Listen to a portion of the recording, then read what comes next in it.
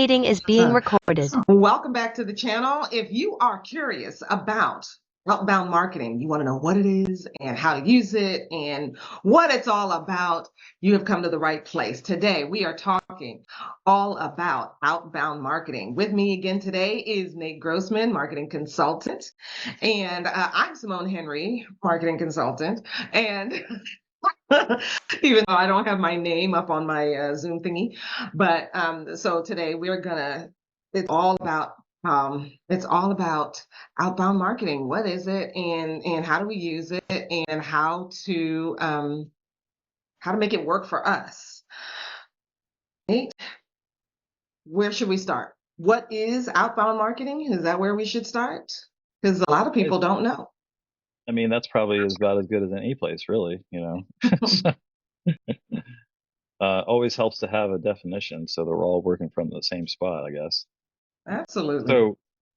So for me, I mean, it's just the meaning is inherent in the name, right? Out versus in, and so if you're outbound, then that means that you are uh, chasing people outside of your circle, right? You're going after them. Uh, they exist out there, and you are trying to find them and get your message to them so that hopefully they end up becoming a customer. It's the shortest, simplest version I could think of. I see. When I first heard that, I thought, well, isn't posting on social media outbound marketing? Because you are posting and you are trying to get people to pay attention to what you have to offer.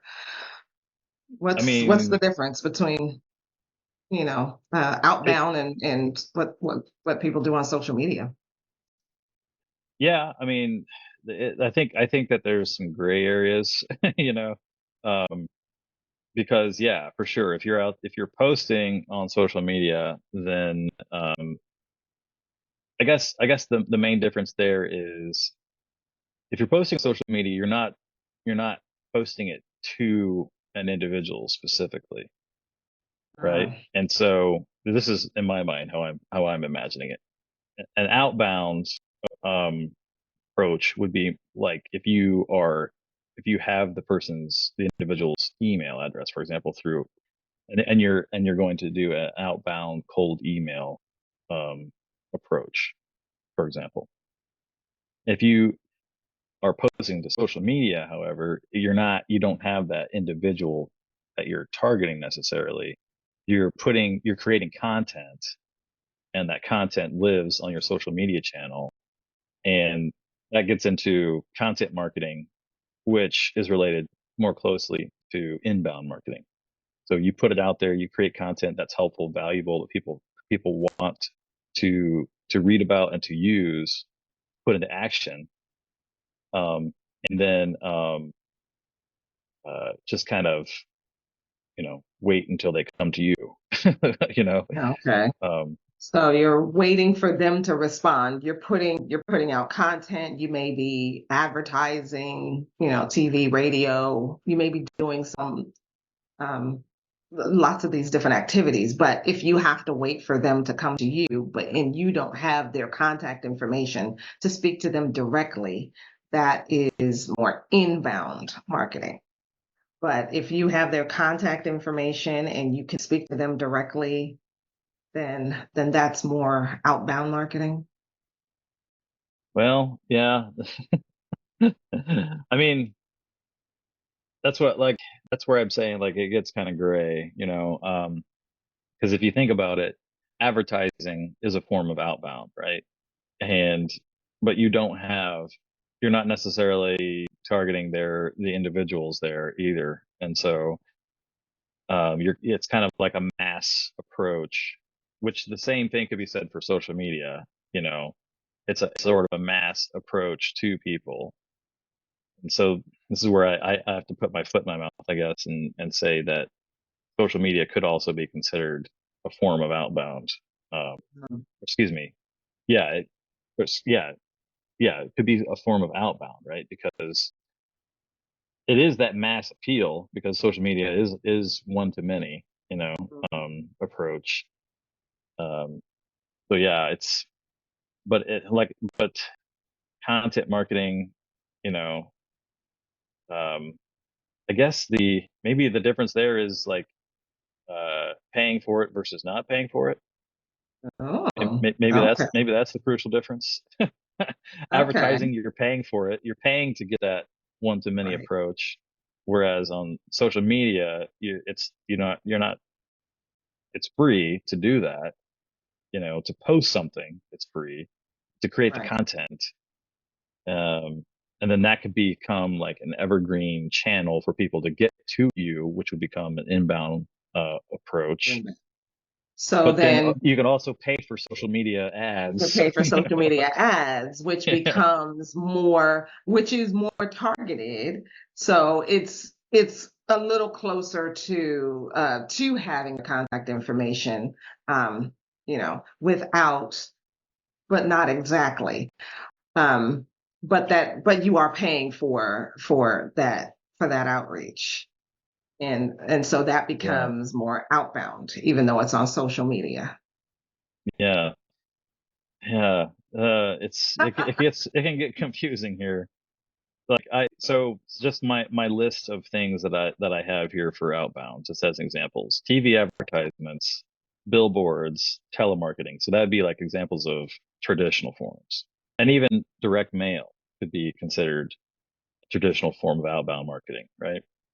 And then we get into digital, email blasts, like cold email, for example, display ads, paid social media ads, things like that. Um, but as we just said, even posting to social media could, you know, theoretically be considered outbound. So it kind of depends on how you look at it. That's gray area. But anyway, Oh, um, inbound, outbound, content marketing is, I think, the crucial differentiator there for inbound marketing. That is okay. the whole purpose to having a content marketing approach, wouldn't you say?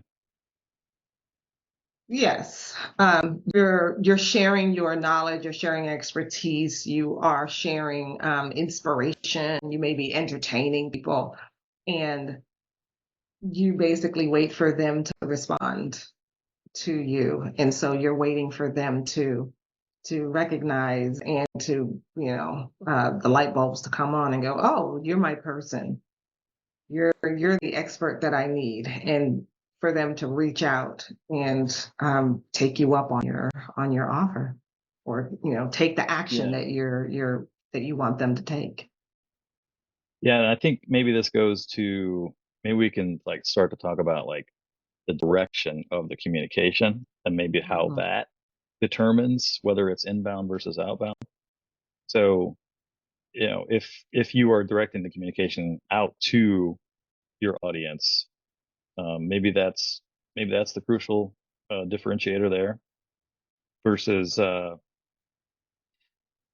if it's inbound, then hopefully they're communicating with you. It's, Exactly. you Right. know, um, but by the same token, you've put something out there sort of as a signpost for them to latch onto in order to get to you.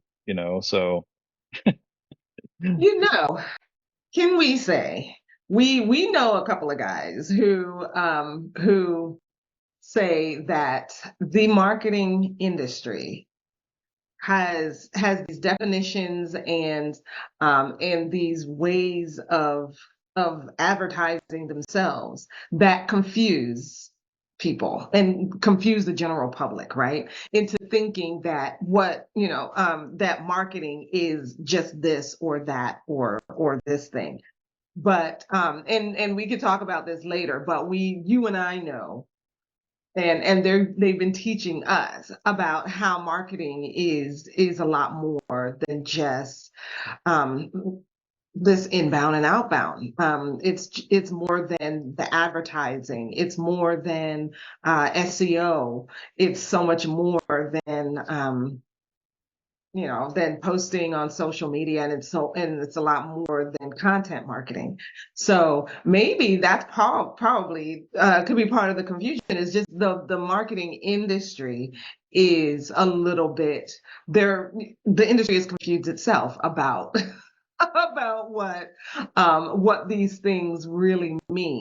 And so Nate and I are here to help sift through all of that, and to let you know that when it comes to your marketing as a unique entity, as a unique company, unique organization, that your marketing doesn't have to be what the gurus say it is. So I just want to put that out there. There is a lot of gray and a lot of confusion, I think. But the purpose, what is the purpose of outbound marketing really? When we think about when we advertise, when we're paying for advertising, when we're doing cold emails, when we're, all the different things that we do, the whole point is to reach people, to make them aware that we're here, to to let them know that we have something to offer that could possibly solve their problem, right?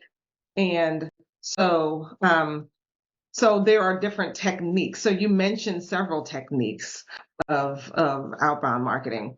What other techniques are there? Well, I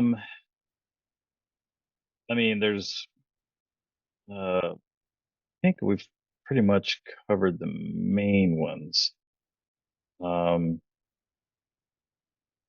I think like outbound tends to be more, I guess let's, how about we talk a little bit about the strengths versus weaknesses, Okay. a little bit. Okay. Um, like for example, when it comes to outbound marketing, a lot of small businesses find that they're spending a lot of money and getting little ROI for what they're putting into it, And I guess the question is, well, how can we maximize the ROI on that effort? And going back to what you were talking about with, the sort of like hazy definitions and uncertain use cases that people have around this, and maybe lack of planning, and if you don't fully understand the value of them, then you might not fully understand how to approach them. Mhm. um, and And how it fits in your overall marketing plan, you know. yeah, and I think the crucial thing here that's going to help with your ROI is getting that targeting and personalization, making sure that what you are saying in your outreach is appealing to your audience. And that means that you have tested your messaging beforehand. You've done there's a lot of footwork and a lot of groundwork that needs to be done before you actually get to the stage where you're ready to pay for ads and outbound marketing in order to make it effective. And this is what the crucial step I think that a lot of businesses overlook. They're not considering the fact that they have to attach their messaging to, like, they have to create the bridge between who they are, what they have to offer, and their ideal customers. And there's a lot of work involved there. Okay. Uh, So I did have somebody ask me on Facebook, asked me about, asked me to talk about the issues dealing with outbound marketing. And specifically, he wanted to know, and I'm assuming he didn't really go into details, but I'm assuming he's not having a lot of traction with LinkedIn outreach and email outreach. And so, would you say that a lot of that is possibly because of the messaging, that the messaging could be off? It's almost certainly what's going on. If you haven't tested the message, if you haven't approached your actual customer and actually asked them and done research to find out if what you are saying appeals to them, then you're basically just playing guesswork. Um, you're just kind of throwing stuff out there and hoping for the best without having really any plan of attack or um, actual data to back up your approach.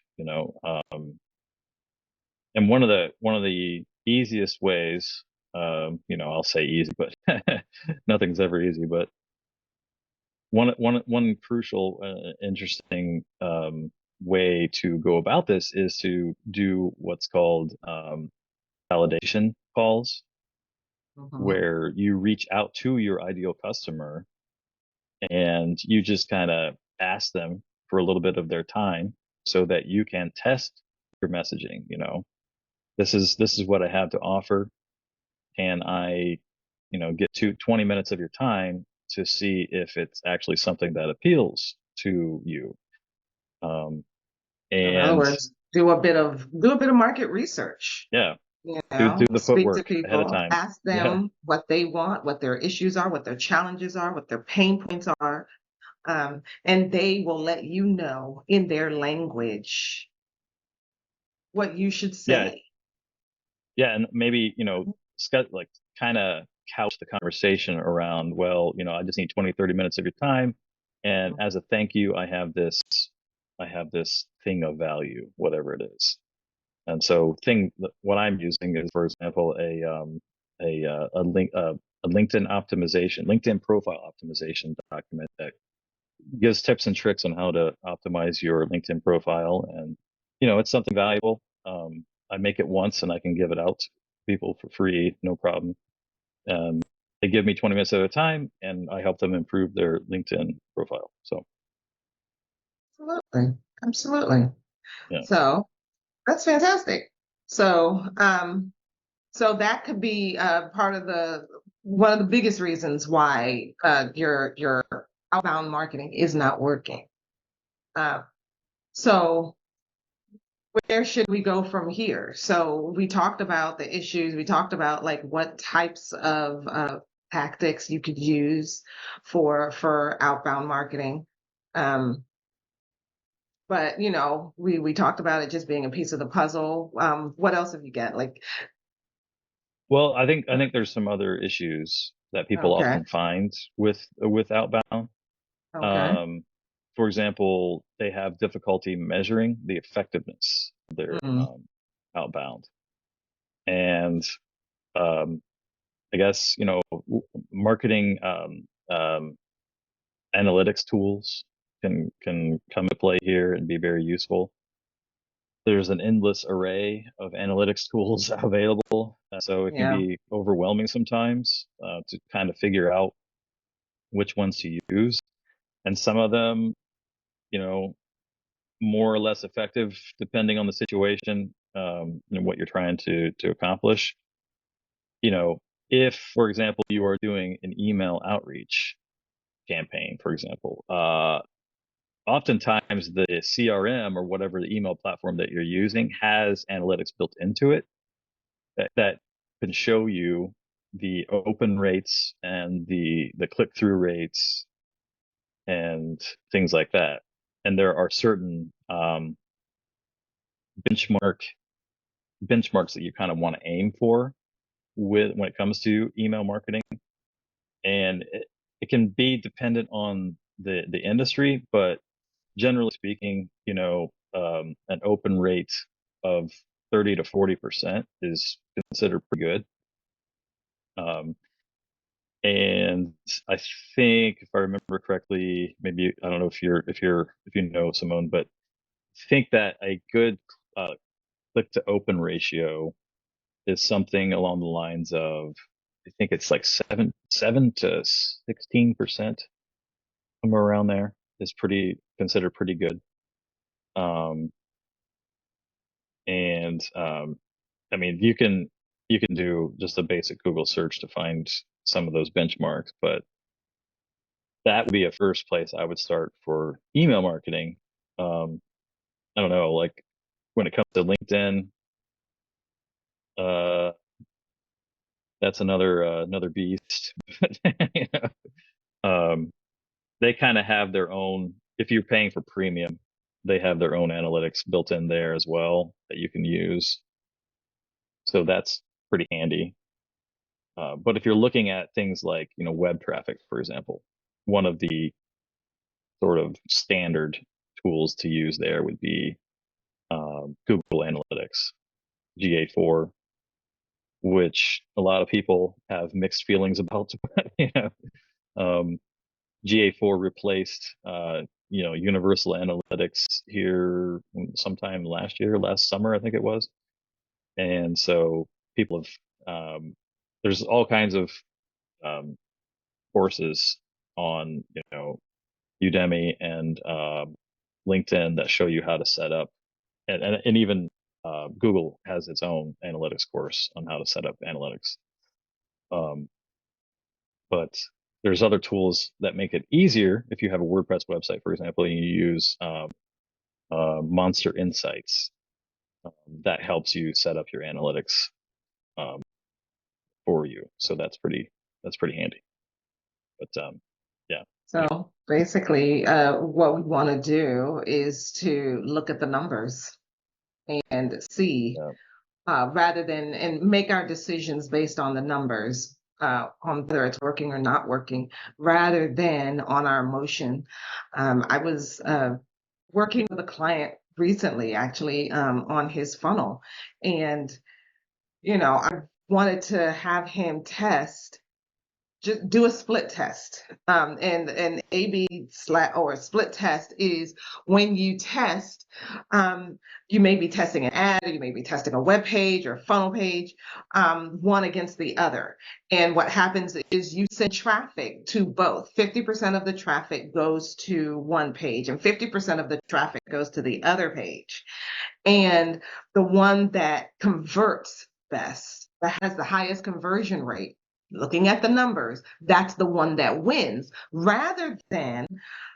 Saying, rather than you saying, well, I like the one with this color button rather than this color button because that's my favorite color, right? It's not necessarily based, we don't want to make our decisions based on our emotions or what we like necessarily, but make the decision based on what the customers like. And the customers will tell you what they like based on what actions they take. Are they opening the emails? Are they clicking on the links? Is your funnel page converting? Are they putting their information into your landing page and to get your lead magnet, right? Is your lead magnet something that they actually feel like they want or that's going to help them, right? If nobody is downloading the lead magnet, well, maybe it's time to change the lead magnet. yeah, So, looking at the numbers rather than, and all of these tools that Nate was talking about, they give us those numbers. They give us that information so we can see. And most of them, they will show us really if you have a process, if your people are going down a particular path, they'll show where people may be falling off on that path. And so, you may need to change the messaging on a particular page or change the button or change the title on depending on where they are, right? yeah. And I would going back there to A/B testing on for especially for emails.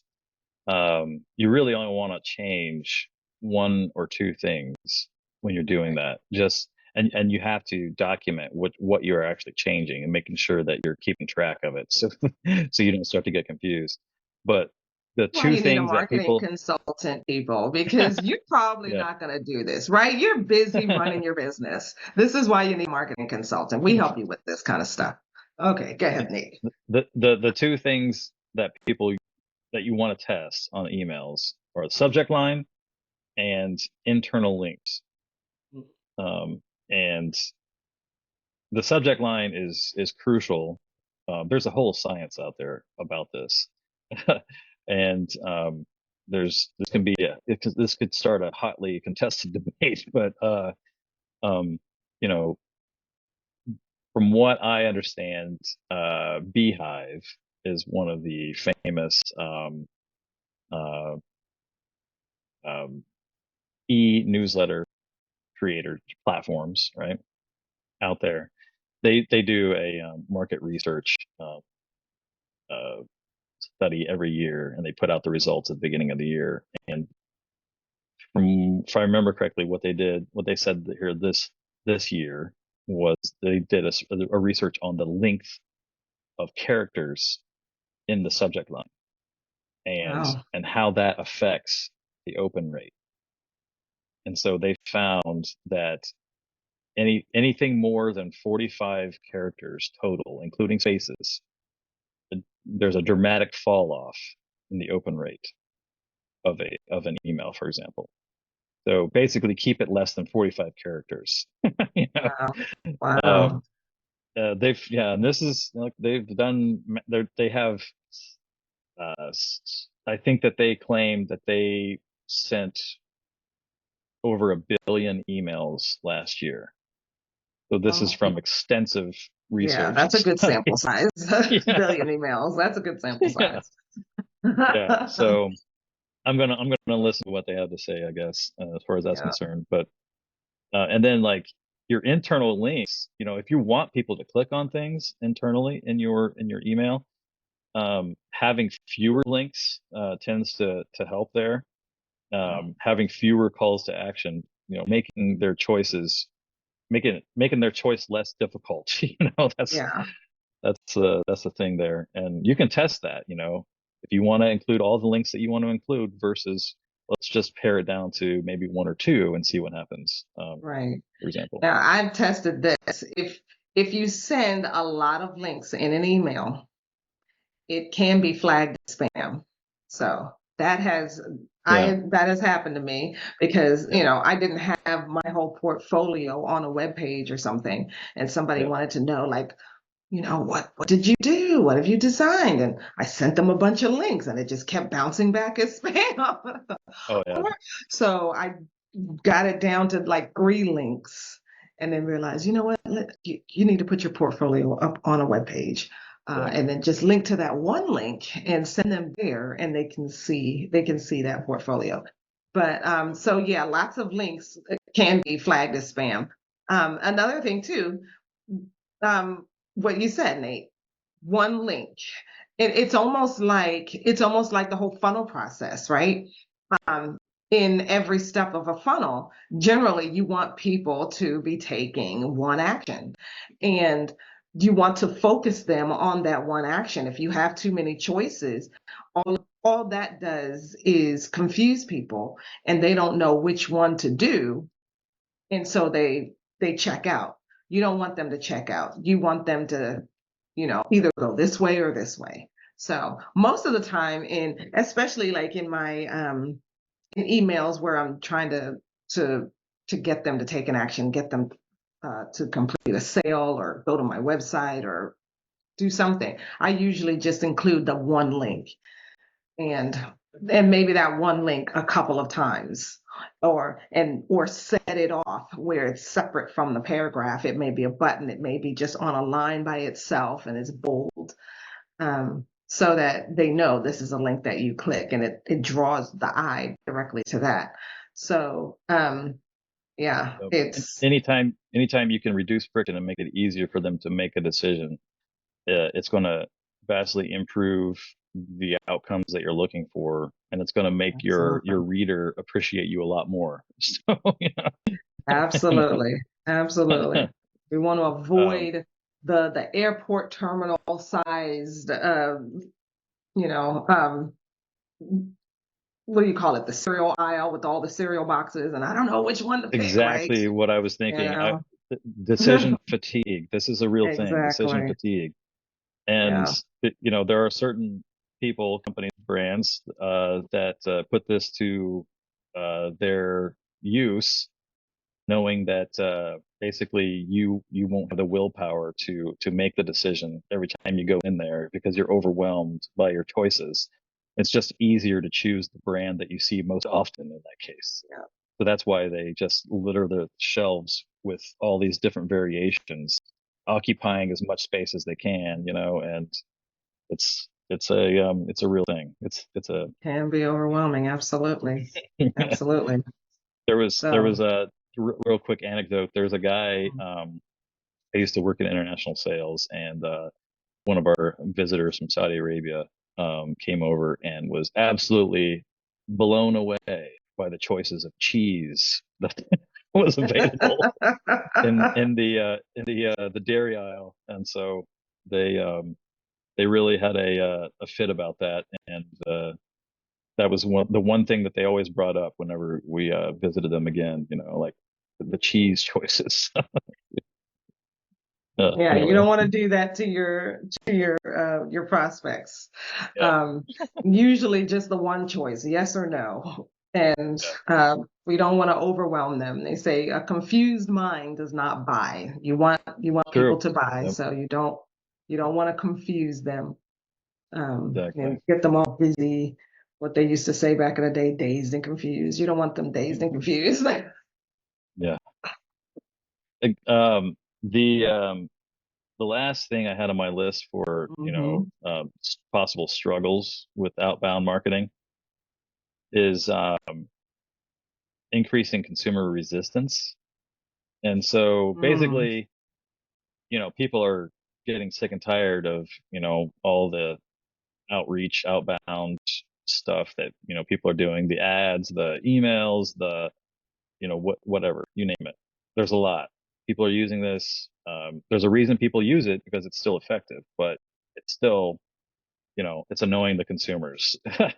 yeah. It's probably annoyed them since it was invented, but um, it's really become an issue, I think, in recent years, and I think that's what is leading companies like Google to do things like, okay, we are going to create an algorithm update that is going to produce helpful content for our searchers, called the helpful content update, right? For example, the whole idea being that we want to provide helpful, actual useful stuff to the people that are using our services or platform. And one easy way, I guess, probably the only way really that you can hope to overcome their resistance is by actually providing something that's in the end helpful and useful for free, and I think that's a lot of people have a hesitation or a resistance to do that because the idea is, if I'm providing this for free, why would they ever give me money? But it's kind of like a counterintuitive It's thing. counterintuitive, right? It's really doubling down on the content marketing idea that if I give you all this great stuff for free, the psychology in your head says, thank you so much for giving me, for helping me, and for giving me all this stuff. And even sometimes, what you give out for free, they use it, actually improves their life or their business, and then they come back to you and say, "Hey, what can I do for you?" Or if you're giving such great stuff away for free, if I paid for your service or your product, my business, my life would grow like 10x, because, even the free stuff was so good and helped me out.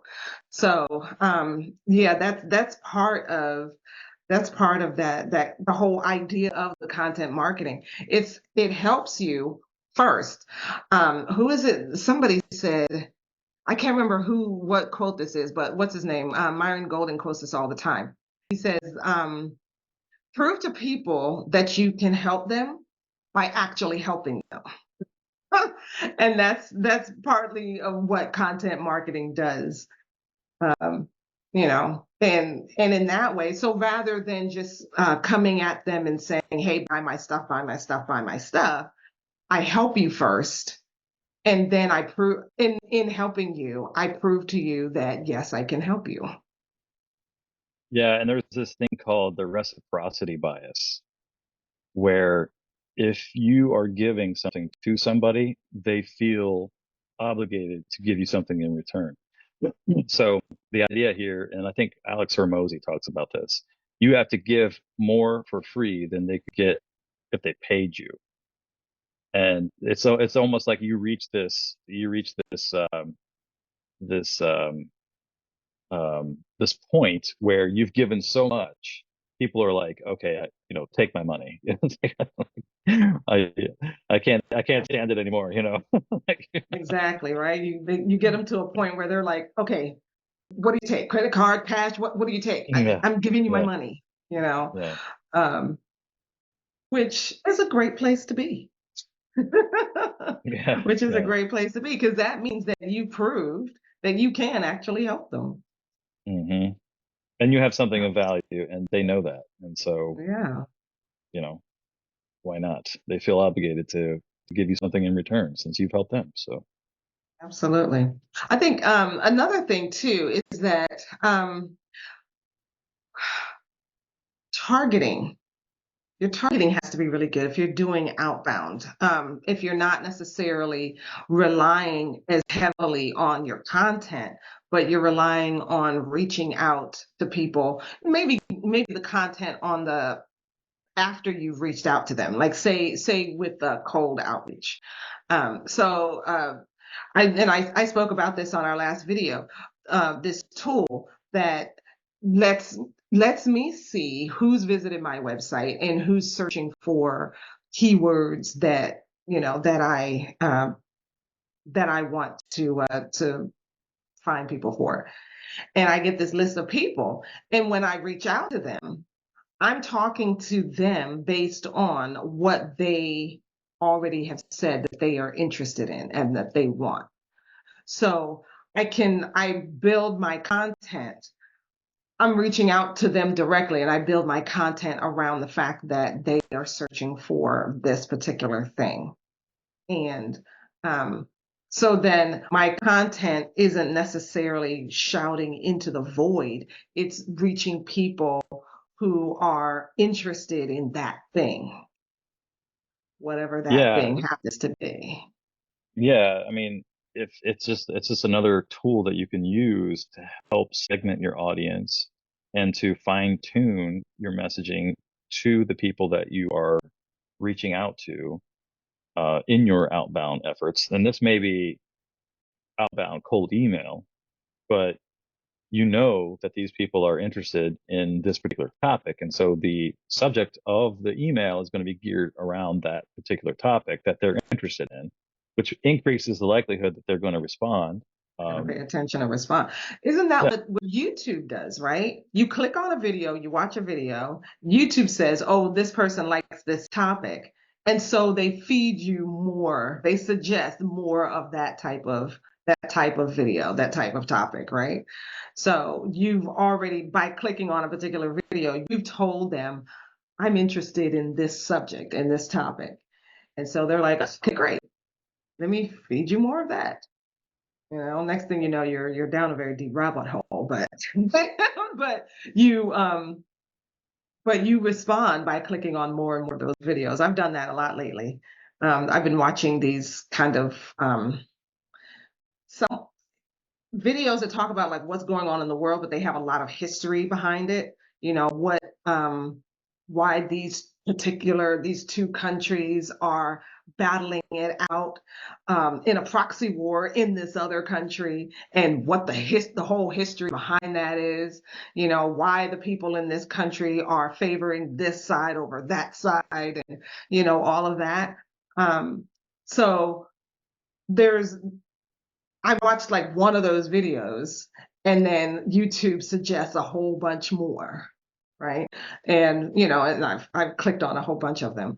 But yeah, it's you may be sick of the advertising, but when they target you well, because of your response, because of what you've already responded to, because of what you're searching for, because of what you're watching on YouTube, because of what you know, you're responding to on social media, then it's easier to get you to take action. Yeah, exactly. And hopefully, if this is done correctly, then consumers are getting the information that they wanted and finding solutions to their problem more quickly. And you're just helping facilitate that, you know. Absolutely. Yeah. Absolutely. Wow. This has been wonderful. We do have a giveaway today. Yeah, we don't want to keep you for too long, but we do have a giveaway today. So we put together uh, a PDF document that shows you all the different steps that you need to have really truly effective marketing where your business can end that feast or famine cycle that you may be going through and um and get to a place where you're steady, right? Your business should not be a roller coaster. The amusement park should have roller coasters. That should be something that you do in the summer. You're having fun with the kids, you take them, you get on the roller coasters. But your business shouldn't be a roller coaster. Your business should be pretty steady, right? Even keel. So click the link in the description, and we'll send that right out to you. And be sure to comment your biggest takeaway, or if there's something you disagree with what we said. If you have a better definition of outbound marketing, feel free, drop it in the comments. Let us know. Like this video, share it with other small business owners that you think could use it, and and subscribe to both our channels. Subscribe to our channels. Help us out. So we can help you. Yeah. Yeah, so we can keep helping you and help more people like you. Yeah. All righty. If you have We'll any see you suggestions, next time. to put your suggestions in the comments as well for next time. So Absolutely. Yeah, tell us what else you want us to talk about. yeah. All righty.